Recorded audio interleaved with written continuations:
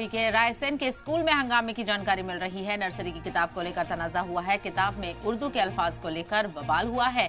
माँ से मस्जिद, ना से पढ़ाया जा रहा है। हिंदू तंजीमों ने इसको लेकर एहतजाज किया, मुजाहरा किया। तो माँ से मस्जिद पढ़ाया जा रहा है और ना से नमाज पढ़ाया जा रहा है।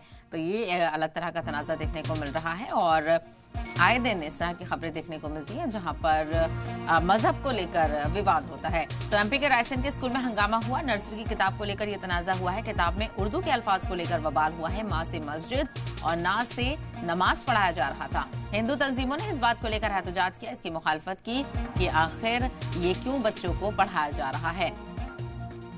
तो पेरेंट्स पहुंचे वहां पर, हिंदू तंजीमें पहुंची और पुलिस भी मौके पर मौजूद नजर आ रही है। और आपको बताते चले, ये नर्सरी क्लास के मामला है। एमपी के रायसेन स्कूल में हंगामा हुआ है। नर्सरी की किताब को लेकर यह तनाजा हुआ है। किताब में उर्दू के अल्फाज को लेकर बवाल हुआ है। माँ से मस्जिद और ना से नमाज पढ़ाया जा रहा है। इसको लेकर हिंदू तंजीमें हंगामा करती हुई नजर आई। हिंदू तंजीमों ने एहतजाजी मुजाहरा भी किया और प्रिंसिपल के साथ झगड़ा भी करते हुए नजर आए।